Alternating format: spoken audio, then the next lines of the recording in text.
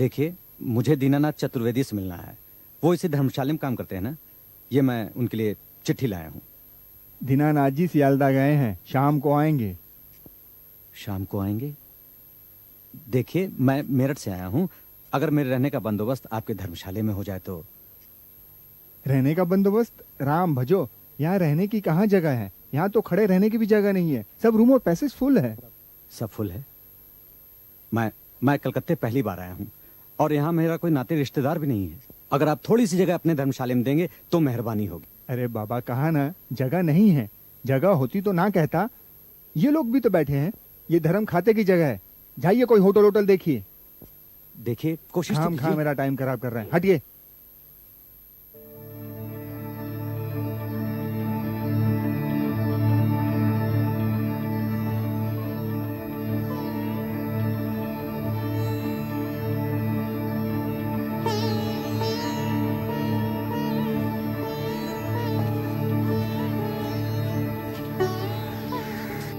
जगह नहीं मिली? नहीं। होटल में जाओगे? होटल के पैसे होते तो कब का चला जाता। कहाँ से आ रहे हो? मेरठ से। आप क्या होटल के एजेंट हैं? नहीं, मेरा नाम गंगापत चौधरी है। मैंने आपको हावड़ा स्टेशन पर देखा था और देखते ही अचंभे में पड़ गया। अचंभे की बात बाद में बताता हूँ, पहले ये बताइए कलकत्ते में रहने की कोई जगह है या नहीं? अगर जगह होती तो धर्मशाला में क्यों आता, लेकिन यहाँ पर भी जगह नहीं है। क्या करूं, कुछ समझ में नहीं आता। कहीं ऐसा ना हो मुझे यहीं से मेरठ वापस जाना पड़े। मेरा एक सुझाव है। मैं कलकत्ता में रहता हूँ, दक्षिण कलकत्ता में मेरा मकान है। मैं 1 महीने के लिए बाहर जा रहा हूँ। मेरा मकान तो खाली पड़ा रहेगा। अगर आप मेरे मकान में रह जाएं तो मेरा भी फायदा होगा और आपका भी फायदा होगा। मेरा एक नौकर भी है, वो आपकी देखभाल करेगा, आपको कोई तकलीफ नहीं होगी। एक अजनबी के जिम्मे आप अपना मकान छोड़ देंगे? मैं अचंभे की बात कर रहा था ना। मैंने आपको हावड़ा स्टेशन पर देखा तो मुझे ऐसा लगा जैसे आप मेरे छोटे भाई दुर्गापद हैं।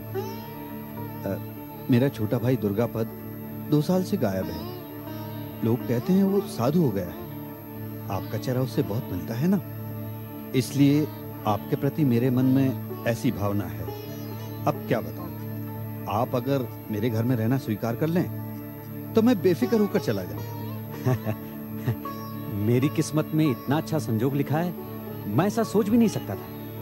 आप मुझे रहने के लिए जगह दे रहे हैं, यही मेरे लिए सौभाग्य की बात है। तो फिर चलिए मेरे साथ, चलिए।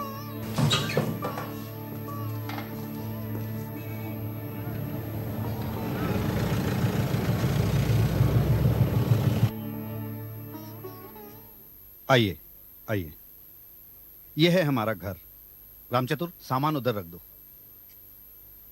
और यह है रामचतुर, हमारा काम देखता है। नमस्ते। नमस्ते। बैठी बैठी। रामचतुर जी। एक काम करो, नीचे जलजोग से जाकर कुछ नमकीन और कचौड़ी ले आना। अच्छा। और संदेश भी ले आना। हाँ जी। और आकर चाय बना देना, ठीक है? जाओ। आता हूँ। अच्छी तरह रहिएगा। हाँ, अच्छा है ना? जी जी जी, बहुत बढ़िया। देखिए, आपको 1-2 बात बताना बहुत जरूरी है। हाँ हाँ, बोलिए। हमारा जो मकान मालिक है ना, वो काशीपुर में रहता है। वो आदमी जरा ठीक नहीं है। अगर उसे ये पता लग जाए कि मैं आपको 1 महीने के लिए यहाँ बिठाकर बाहर गया हूं ना, तो हंगामा खड़ा कर सकता है। इसलिए आपको एक काम करना पड़ेगा। हाँ बोलिए। अगर कोई आपसे आपका नाम पूछे तो कहिएगा गंगापत चौधरी। क्या कहेंगे? गंगापत चौधरी। हाँ, हमारा नाम। लोग समझेंगे हमने दाढ़ी निकाल दी है। चलिए, इसे मजा आएगा। हाँ, तो अच्छी तरह से रहिएगा। अब मैं चलता हूँ। मैं सिर्फ एक झोला लेकर जा रहा हूँ, बाकी सब सामान यहीं पर है। 1 महीने तक आराम से रहिए, या मैं जब तक ना आऊं तब तक। जी, ठीक है? बहुत अच्छा। मैं चलता हूँ। अरे लेकिन रामचतुर तो आपके लिए नाश्ता ला रहा है। नहीं, वो आपके लिए। आप नाश्ता कीजिए और रहिए। अरे हाँ, एक बात तो मैं बताना भूल ही गया। आप जब यहाँ घर में रहिएगा ना, तो ये जो खिड़की है ना जी, बीच बीच में ऐसे खोलकर देखते रहिएगा। हाँ। अगर कोई लाल कोट वाला आदमी आता या जाता दिखाई दे तो जरा उस पर नजर रखिएगा। अगर दिखे तो तारीख और वक्त दोनों लिखकर रखिएगा। ठीक है? जी, बहुत अच्छा। अच्छा, नमस्कार। नमस्कार।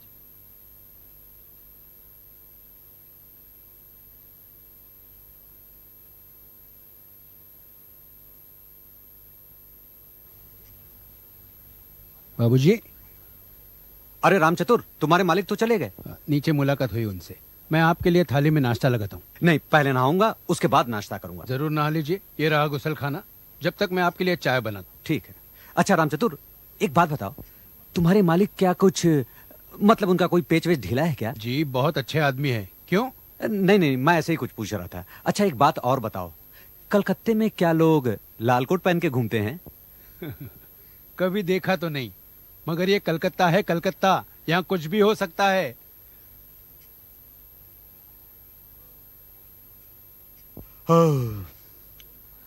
रामचतुर, तुम खाना बहुत अच्छा बनाते हो भाई। इतना बढ़िया खाना बनाना तुमने सीखा कहाँ से?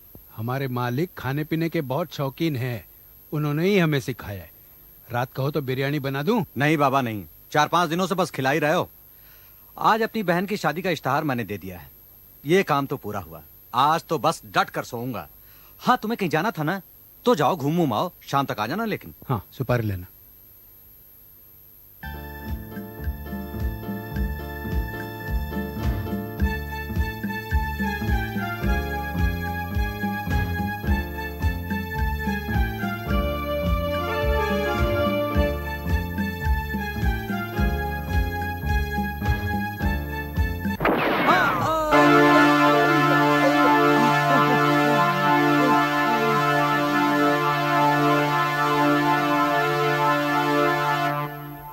एक आदमी को जान से मार डालने की कोशिश थी, लेकिन आदमी बच गया है। कहाँ? फ्रेजर रोड के पास एक 2 मंजिला मकान है जिसमें गंगापत चौधरी नाम का एक आदमी रहता है। उसे जान से मार डालने की कोशिश की गई। गोली उसकी खोपड़ी की हड्डी को खरोंचती हुई निकल गई। पिस्तौल से वार किया गया। गोली कमरे में ही बरामद हुई है। आइए तो।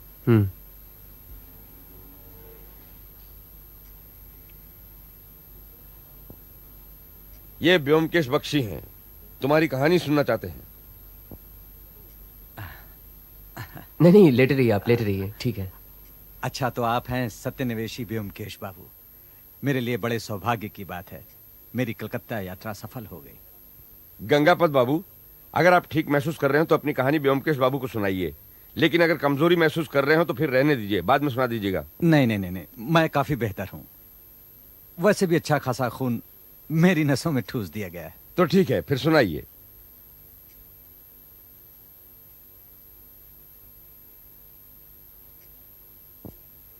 जैसा कि आप सोच रहे हैं, मैं गंगापत चौधरी नहीं हूं।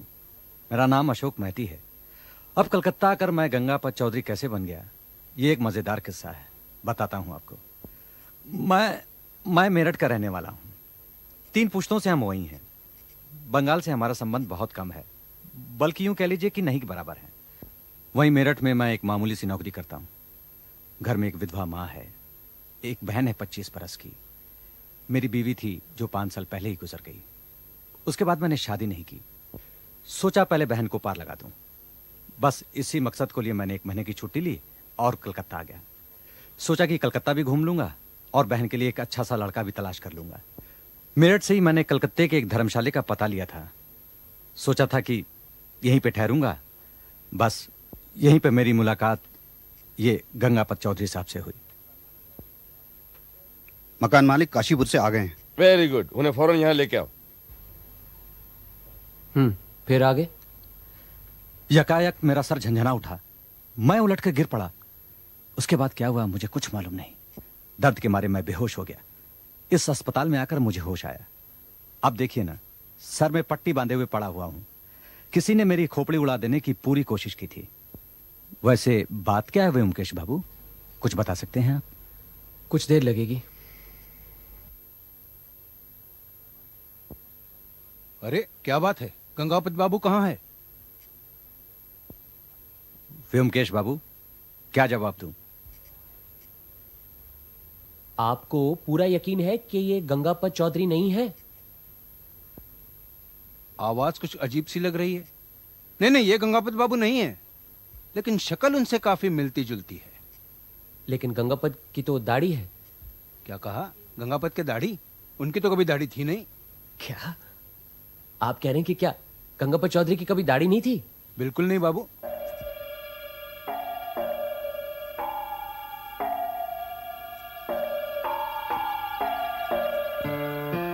लेकिन उसकी तो दाढ़ी थी। आप उनके नौकर रामचतुर से क्यों नहीं पूछ लेते? ठीक है, मैं आज ही जाकर उससे मिलता हूँ। ऐसा कीजिए, आप भी मेरे साथ चलिए। अच्छा व्योमकेश बाबू, मैं कल सुबह आकर आपसे मिलता हूँ। आपके क्या तला के नए मकान को भी देख लेंगे। हाँ जरूर जरूर आइए। अच्छा जी, चलिए।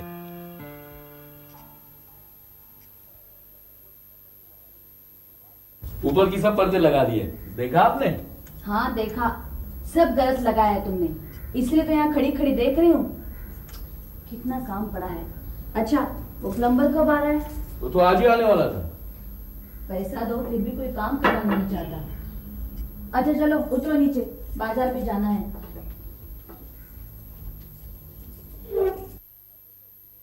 अरे बैठक तो अच्छी जमा दी। कुछ नहीं जमा।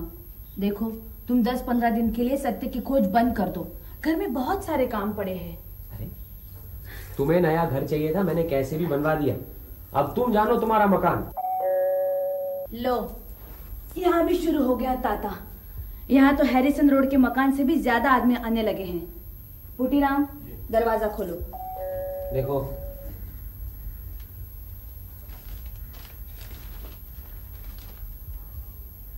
अरे आओ आओ इंस्पेक्टर। नमस्कार।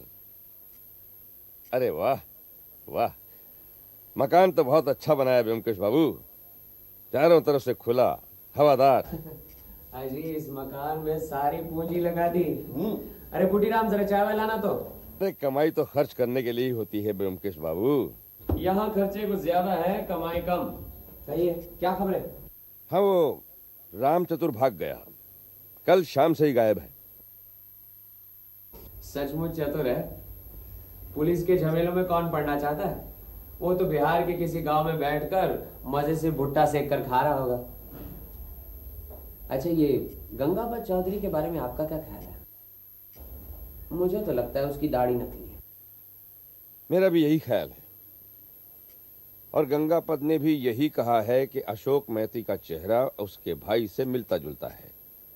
मतलब गंगापत और उसके भाई का चेहरा अगर एक जैसा हो तो सवाल यह है कि अगर गंगापत और अशोक मैती का चेहरा एक जैसा है तो गंगापत ने उसे अपने घर क्यों रखा? उसे अपना नाम क्यों दिया? इसकी वजह क्या है? और इंस्पेक्टर गौर करने की बात है कि असली गंगापत गायब है और नकली गंगापत का कोई खून करना चाहता है उसे असली समझकर। अरे बैठिए तो सही। मतलब यही हुआ कि असली गंगापत की जान खतरे में थी, इसलिए उसने नकली गंगापत ढूंढ निकाला और उसे अपने घर पर बिठा दिया ताकि उसका खून हो जाए, और खून करने वाला यही सोचे कि गंगापत अब नहीं रहा। तो अब असली गंगापत को ढूंढ निकालना है। गंगापत के घर की अलमारी से कुछ कागजात मिले हैं। उनसे यह पता चलता है कि वो कलकत्ता के किसी लोहे के कारखाने में काम करता है और फिलहाल 1 महीने की छुट्टी लेकर भागा हुआ है। अच्छा गोली कहां से चलाई थी, कुछ पता चला? खिड़की के सामने वाले मकान से। रास्ते के उस पार एक टूटा फूटा खाली मकान है, उसके पहले मंजिल की खिड़की से गोली चलाई गई। मकान से कुछ ताजा उंगलियों के निशान मिले हैं, लेकिन वो किसके हैं अभी तक पता नहीं चला। और कुछ? 2 संभावनाएं हैं। हो सकता है गंगापत नकली दाढ़ी लगा करके कोई संगीन जुर्म करना चाहता हो और फिर जुर्म के बाद दाढ़ी निकाल दे, या फिर अपने ही घर के सामने से खुद ही गोली चलाकर अशोक मैती का खून कर दे ताकि लोगों को यह पता चले कि गंगापत अब नहीं रहा। इस तरह वो अपने जीवन बीमा का रुपया हथियाना चाहता हो। कुछ भी हो सकता है। आपने मेरठ में पूछताछ की? अशोक मैती की तरफ से उसकी मां को एक टेलीग्राम भेजा है, अभी तक जवाब नहीं आया। क्यों, आपको उस पर भी शक है? लगता तो सीधा साधा भला आदमी है, शायद जो कुछ कह रहा है सच कह रहा है, लेकिन अब तक इसका समर्थन नहीं हुआ। समर्थन करने वाला एक आदमी था रामचतुर, और अब वो भी गायब। अच्छा ये गंगापत चौधरी काम कहाँ करता है? Scrap iron and steel company में। तो वहां पूछताछ करने से कुछ पता लग सकता है? हाँ, वहां जाने के लिए निकला हूं। आप चलेंगे साथ? हाँ चलिए। यहाँ बैठा रहा तो सत्यवती घर के सजाने के काम में लगा देगी। चलिए। अरे वाह व्योमकेश बाबू, चाय तो आने दीजिए।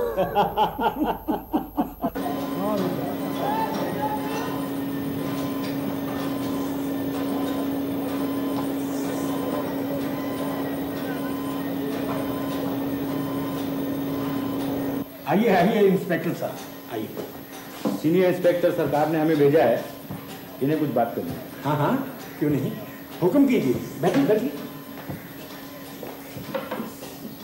जी, गंगापत चौधरी यहीं काम करता है? जी हाँ, मगर आजकल वो छुट्टी पर है।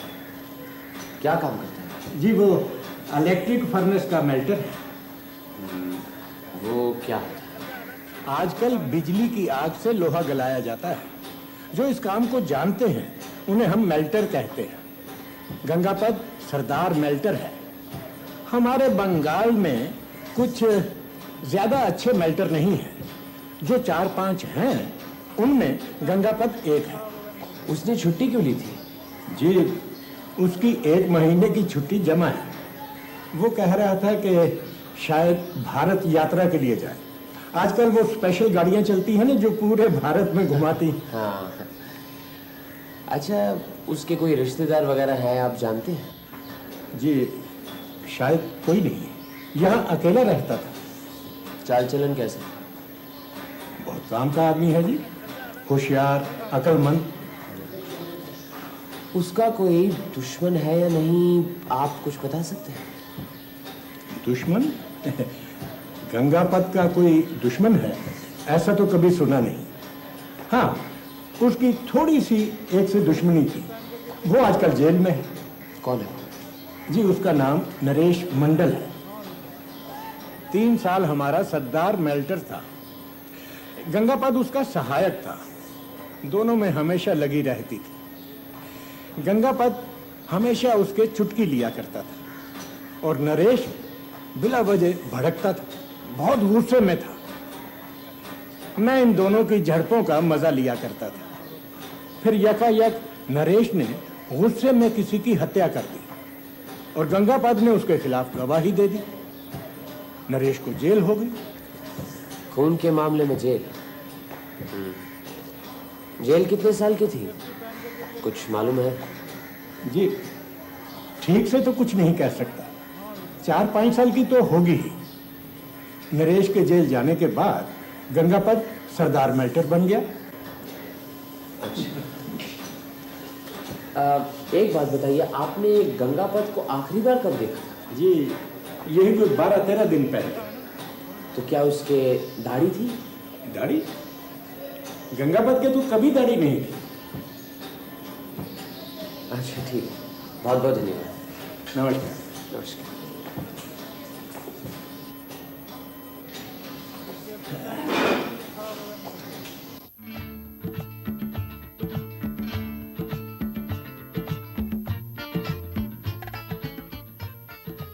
आधा घंटा हो गया और नजर आया? 3 औरतें गई यहाँ से लाल साड़ी पहन के, 2 बच्चे लाल फ्रॉक पहन के गए थे और एक नौकर गुजरा यहाँ से जिसके कंधे पर लाल कपड़ा था, लेकिन लाल कोट पहन के कोई आदमी नहीं नजर आया।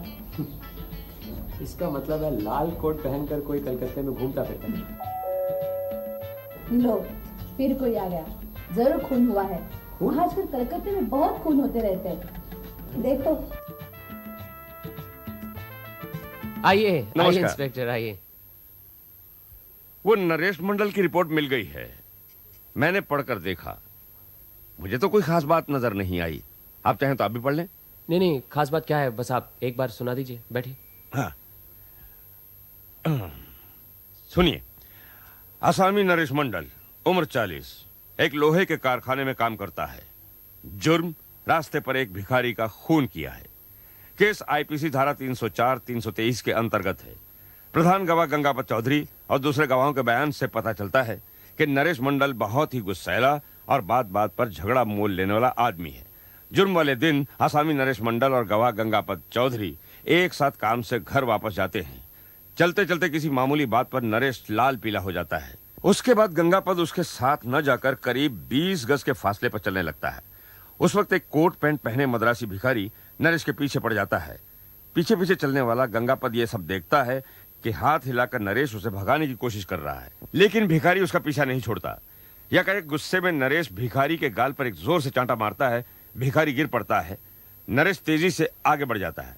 पीछे से गंगापति ये सब देख रहा है। वो भिखारी के पास आकर देखता है कि वो मर चुका है। डॉक्टर की रिपोर्ट से पता चलता है कि भिखारी काफी कमजोर था। एक थप्पड़ से ही उसके प्राण उड़ गए। पुलिस ने नरेश को उसके घर से गिरफ्तार कर लिया। पुलिस की तरफ से जिन लोगों ने इस मामले में गवाही दी है वो सब के सब स्वतंत्र और निरपेक्ष गवाह हैं, सिवाय गंगापत के। आसामी ने अपना जुर्म नहीं माना, वो अपने आप को बेगुनाह समझता है। उसका कहना है कि गंगापत उसका दुश्मन है, वो उसे उसकी नौकरी से हटाकर खुद वहां काम करना चाहता है, इसलिए उसने गलत आरोप लगाकर उसे फंसाया है। हालांकि ये सच है कि गवाह गंगापत का अपना मतलब हो सकता है, लेकिन निरपेक्ष गवाहों के बयान भी गंगापत के बयान का समर्थन करते हैं। इन सब बातों को मद्देनजर रखते हुए आईपीसी की धारा 304 के अनुसार आसामी को अनजाने में हत्या के अपराध में अदालत 3 साल की सख्त सजा देती है। क्यों, क्या लगता है? कुछ कहा नहीं जा सकता। जहां भी राख नजर आए उसे उड़ाया जाए। हो सकता है कोई हीरा मिल जाए। ये बात तो है। अच्छा, वो टूटे फूटे मकान में जो उंगलियों के निशान मिले थे, उनकी आपने तस्वीरें ली? हाँ, ले ली। और गंगापत का कुछ पता चला? नहीं। भारत भ्रमण की जितनी भी स्पेशल गाड़ियां हैं, हर एक के मुसाफिरों की लिस्ट देख ली है। गंगापत चौधरी का नाम किसी में भी नहीं। हो सकता है शायद दूसरा नाम लेकर निकल गया हो सकता है गया ही ना हो, कलकत्ता में ही कहीं छुपा बैठा हो। हाँ, ये भी हो सकता है। और कोई खास बात? मेरठ से खबर आई है, अशोक मैती सचमुच मेरठ का ही रहने वाला है। अच्छा, आप एक काम कीजिए। मुझे ऐसा जान पड़ता है कि नरेश मंडल की सजा की मियाद खत्म हो जाने की बात है। क्या आप पता लगा सकते हैं वो जेल से छूटा है कि नहीं? हाँ हाँ, क्यों नहीं। मैं ऐसा करता हूँ, कल सुबह ही आपको पता करके बताता हूँ। ठीक है। बुरी खबर है ब्योमकेश बाबू। क्या हुआ? नरेश मंडल 45 दिन पहले ही जेल से रिहा हो गया। जेल में चाल चलन अच्छा था, इसलिए कुछ दिनों की रियायत मिली है। जेल से छूटकर कहाँ गया, कुछ पता चला? अपने घर भी नहीं गया, फैक्ट्री भी नहीं गया। रतनलाल कपड़िया बता रहा था। कहाँ छुपा बैठा है किसी को नहीं मालूम। अब ये मामला धीरे धीरे मेरी समझ में आया। अगर नरेश मंडल के मन में पाप नहीं होता तो ये जेल से छूटकर यूं गायब नहीं हो जाता। रतनलाल के पास जाकर वापस अपनी नौकरी भी मांग सकता था, ये भी उसने नहीं किया। मतलब खूनी नरेश मंडल है? कहने को तो कहा नहीं जा सकता, हमें ठोस सबूत भी तो चाहिए। अच्छा, अगर घटनाओं को सिलसिलेवार देखें तो एक तरफ नरेश मंडल, झगड़ालू गुस्से वाला आदमी, दूसरी तरफ गंगापत, धूर्त शैतान, हर एक बात में चुटकी लेने वाला। दोनों एक ही जगह काम करते थे, दोनों में नोक झोंक लगी रहती थी। अब गंगापत नरेश मंडल को अपनी जगह से हटाना चाहता था, लेकिन काम आसानी था। क्या किया जाए? उसे एक मौका मिलता है और नरेश मंडल को 3 साल की जेल हो जाती है। अब गंगापत सरदार मेल्टर बन जाता है। उधर सजा की मियाद से कुछ दिन पहले नरेश मंडल छूट जाता है, लेकिन ना तो वो सीधा घर जाता है ना अपनी नौकरी पर। बदले की आग अब भी उसके सीने में धधक रही है। वो गंगापत को खत्म करने की साजिश में लग जाता है। और इधर गंगापत को यह पता चलता है कि नरेश मंडल जेल से छूट गया है।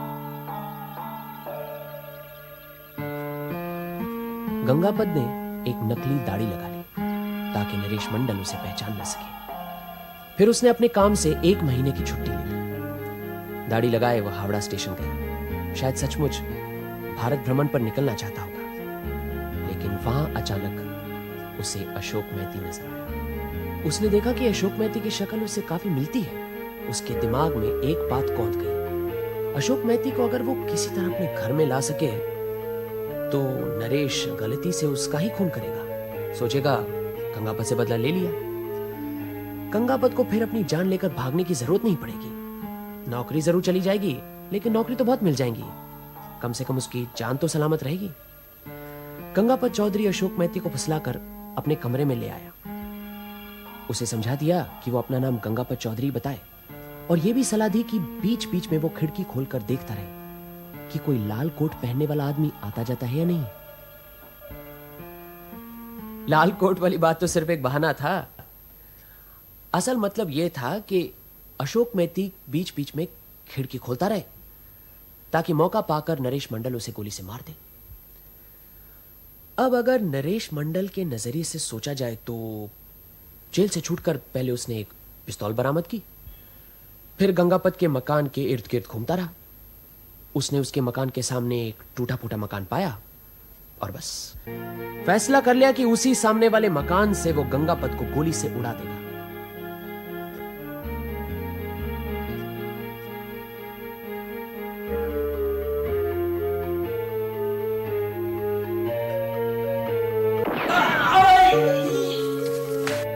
और फिर कलकत्ता छोड़कर भाग जाए।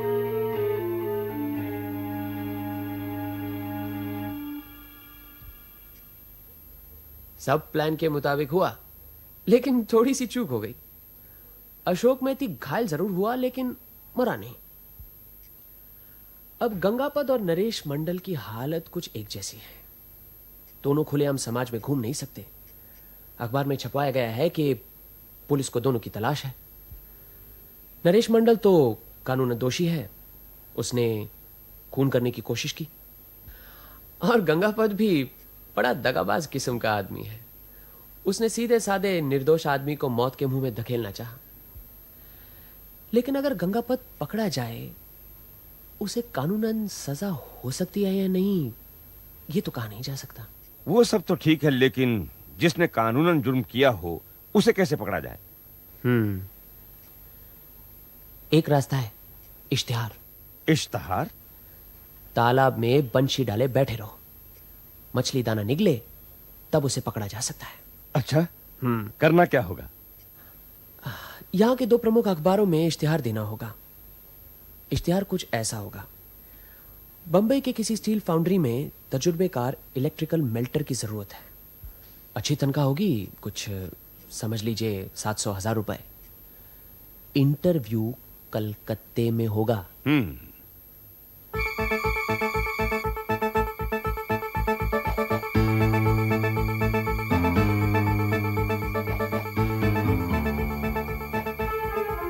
आज 3 रोज हो गए, सिर्फ 2 उम्मीदवार आए हैं। मछली जाल में फंसेगी कि नहीं? अरे भाई, पूरा हफ्ता देखना है अभी तो। देखो कोई आए, जाओ जाओ बैठ जाओ वहां पे। बॉम्बे स्टील फाउंड्री का ऑफिस यही है?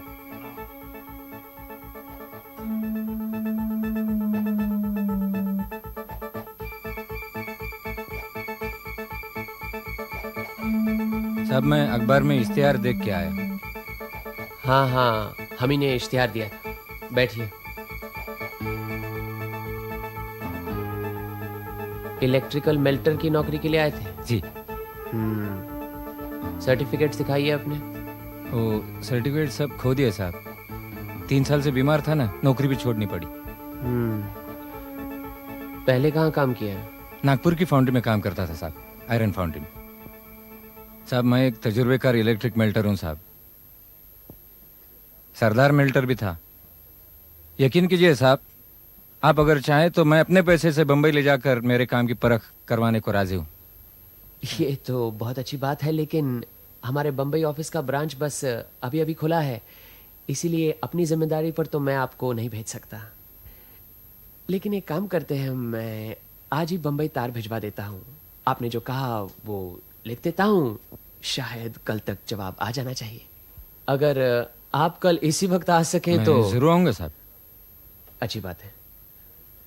वीरेन बाबू जी। जरा इनका नाम और पता नोट करवा लीजिए। जाइए, आप उधर जाइए। क्या नाम है तुम्हारा? मेरा नाम नरसिंह मलिक है साहब। पता 17 नंबर कुंजी मिस्त्री गली। सुनो, ये जो आदमी अभी बाहर निकलेगा ना, इसका पीछा करना। हाँ, घर की तलाशी में ना शायद कोई पिस्तौल या रिवॉल्वर भी मिले। लगता है यही नरेश मंडल है, समझे?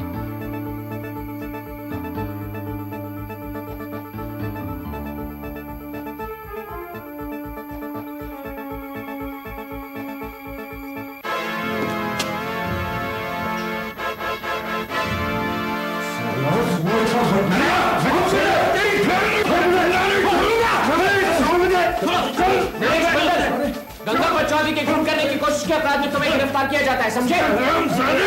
मैं तेरा खून पी जाऊंगा। धोखेबाज! पकड़ो इसे, पकड़ो, पकड़े रखो। ये इसका पता है? घर की तलाशी वगैरह सब ले लो और दोनों को लॉकअप में बंद करवा लो। मुझे क्यों लॉकअप में बंद कर रहे हो? मैंने क्या किया है? तुमने अशोक मेहती को मरवाने की कोशिश की है, किस्मत से बच गया वो। अब तुम्हें क्या सजा मिलेगी ये पब्लिक प्रोसिक्यूटर ही बताएगा तुम्हें। चलो उठो, जाओ उसे पकड़ो, पकड़े रखो इसे।